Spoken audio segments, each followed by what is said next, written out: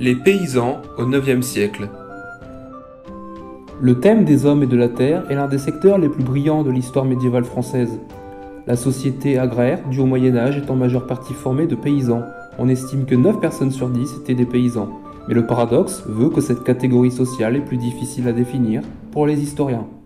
Un paysan, d'après Jean-Pierre Devroy, est une personne travaillant la terre de ses mains, les laboratores, agricolantes ou rusticus.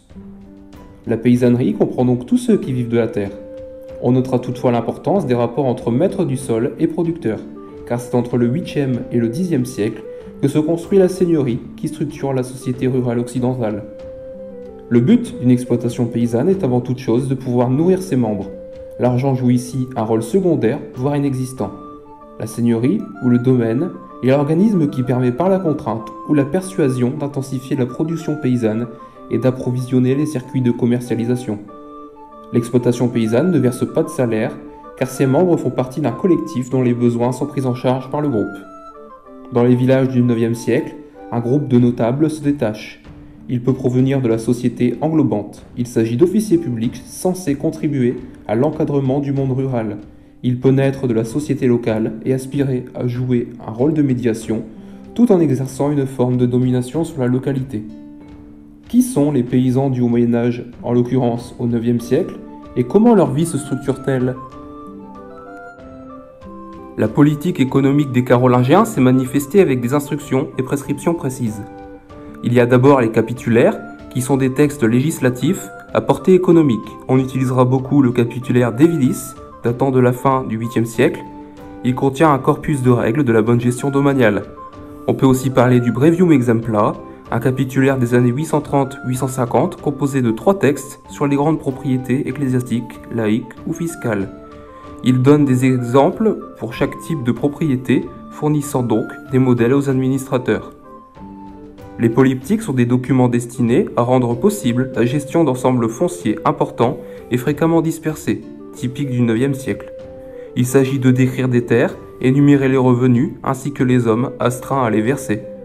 Le plus ancien polyptyque est celui d'Irminon, pour l'abbaye de Saint-Germain-des-Prés, composé entre 811 et 829. Ce complexe foncier couvrait une superficie totale de 54 000 hectares. On a la description de la réserve, sa capacité productive et sa superficie, la description de l'église annexée au domaine, et la description des menses, donc la liste des paysans, statuts juridiques, les enfants, les exénias, qui sont des cadeaux symboliques montrant un lien particulier entre l'exploitant et le propriétaire. Ce lien est complexe, il y a à la fois la domination du seigneur et sa protection envers les exploitants. Les polyptyques sont des instruments de gestion des finances publiques, les témoins d'une histoire des institutions de l'État. Mais à quoi servent-ils ? Ils servent d'abord à assurer la stabilité des biens, d'où la minutie des polyptyques. Les revenus sont comptabilisés. Ils servent à connaître l'administration économique complexe. Saint-Germain-des-Prés possède 54 000 hectares répartis sur 25 villets au IXe siècle. Les auteurs veulent gouverner les hommes qui s'y trouvent. Ils créent des rapports de droit, recensent les hommes, leurs statuts et établissent les rapports entre seigneurs et exploitants. Les fonctions nombreuses des polyptyques sont un signe de l'effort général de rationalisation de la vie qui anime les groupes dirigeants de l'époque carolingienne et qui atteint aussi le secteur économique. Les tenures sont des lots de terre loués à des paysans libres. Elles forment la seconde partie du grand domaine. Les seigneurs y ont installé, on dit chasé, du latin casatus, des paysans sur des terres adaptées à leur statut. La réserve désigne une partie du domaine, souvent proche de l'habitat seigneurial, et que le seigneur garde pour son usage personnel. On appelle mense l'exploitation paysanne, regroupant donc demeure, tenure et réserve. Au IXe siècle, en Île-de-France, le mense peut être occupé par plusieurs familles. Il existe des demi-menses, voire même des quartiers de mense. On peut enfin parler de l'alleu, qui est une terre dont le possesseur est libre, dont aucune reconnaissance n'est due à un seigneur.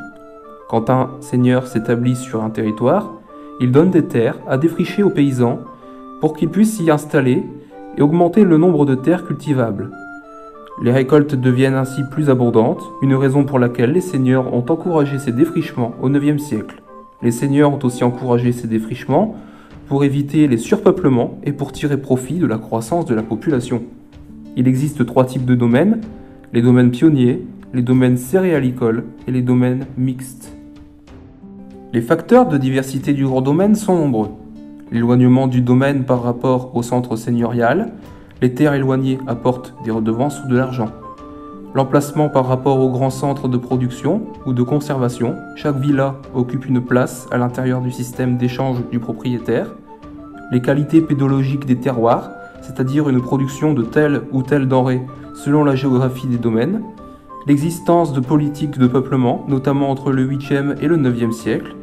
L'inégale distribution du sol, donc les domaines sont fractionnés, parcellisés. Et enfin la proximité du pouvoir impérial, royal ou princier.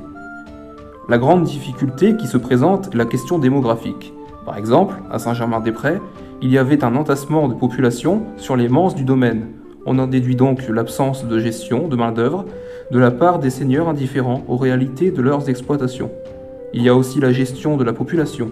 Les défrichements sont plus nombreux et engendrent des migrations qui s'effectuent sur des courtes distances. Au IXe siècle, il y a eu des transferts de population, donc la constitution de nouveaux manses vacants aux dépens de la réserve. Les polyptyques sont des indices sur la constitution d'appendices aux domaines existants grâce au surplus de la main-d'œuvre.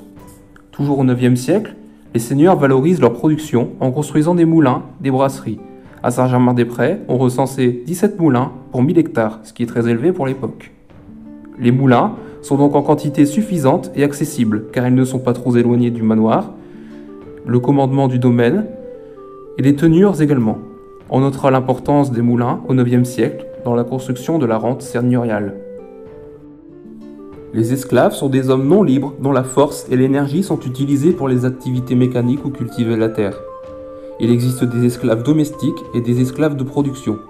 Au IXe siècle, la plus grande partie est chasée, installée sur des tenures. On est esclave. On devenait esclave si l'on refusait de se battre jusqu'à la mort.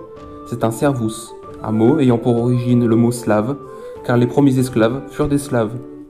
L'esclave est totalement voué au travail. Il peut être enchaîné, châtié ou fouetté. Les châtiments corporels étaient nombreux et fréquents.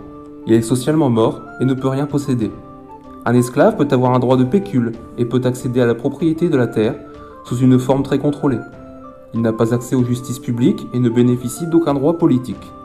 Il n'a pas de vergelde propre, c'est-à-dire la mesure monétaire de l'honneur d'un homme. Le servus en est totalement dépourvu. Tout est versé à son seigneur.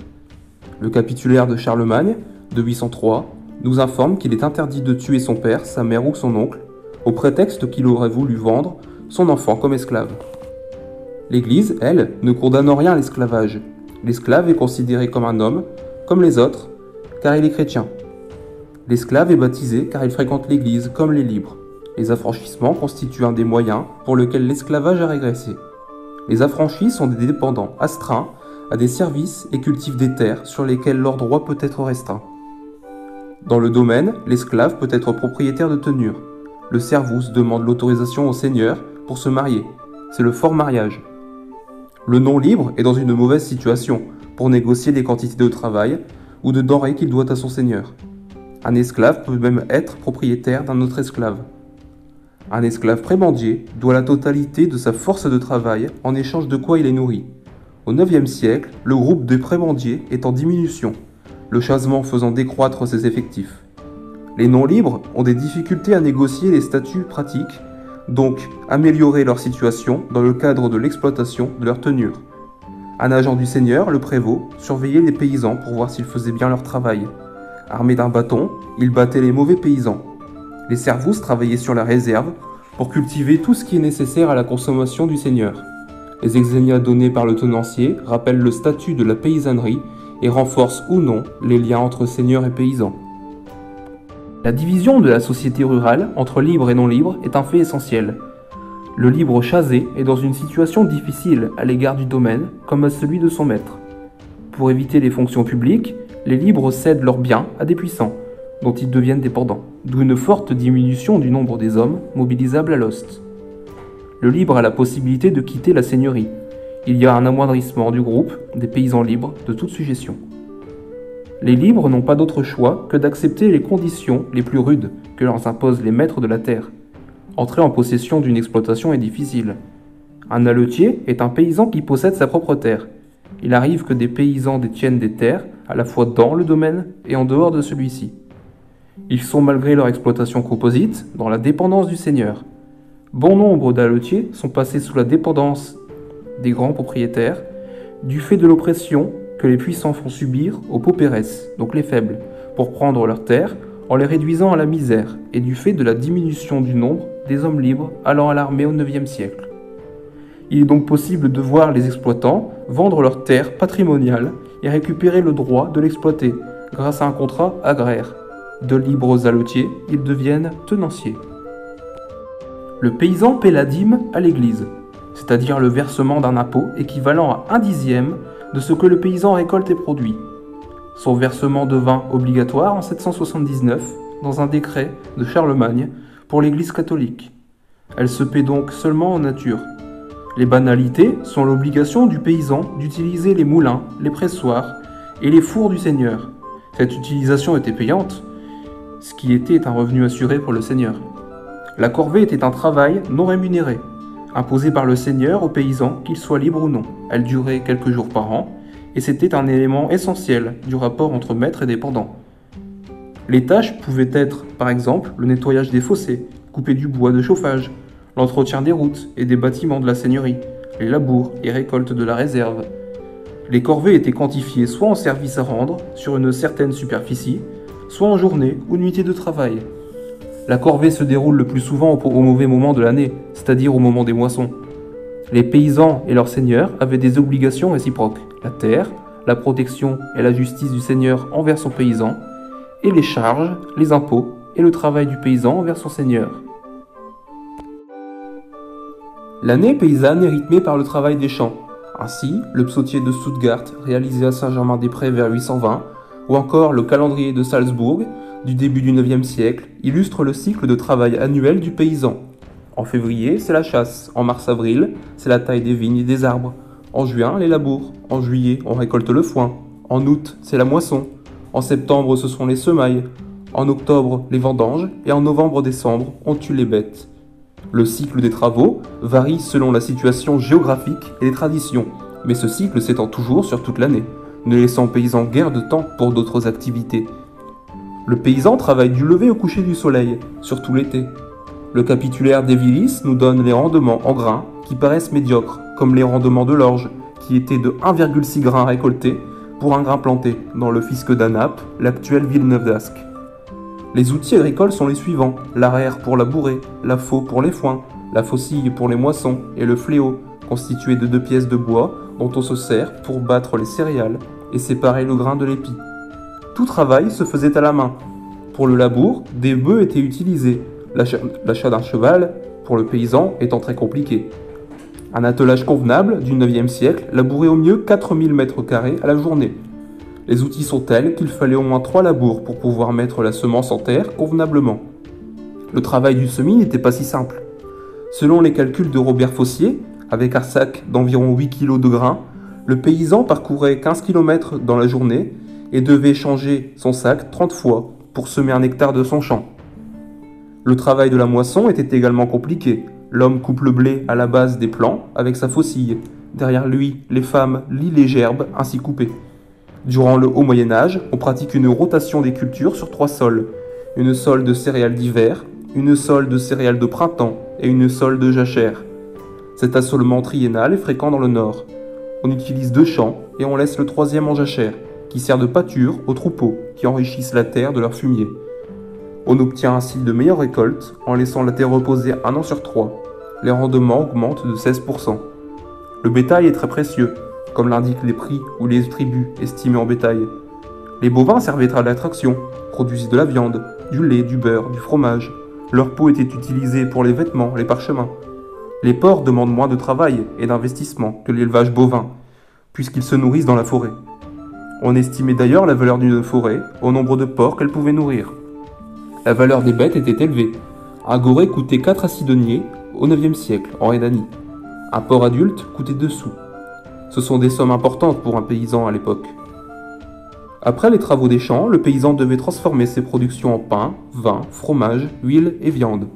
Il pêchait, chassait le gibier d'eau et les bêtes sauvages pour protéger sa ferme. Charlemagne ordonna, dans le capitulaire d'Evilis, qu'on chasse chaque année les jeunes loups. En forêt, le paysan récupérait le bois pour le chauffage, la construction et l'entretien des biens du seigneur. La forêt est une ressource vitale car elle est omniprésente dans l'environnement du IXe siècle. Les fouilles de dépotoirs et l'analyse anthropologique permettent d'étudier le bol alimentaire des populations rurales du IXe siècle. Leur nourriture se composait de produits d'origine végétale ou animale.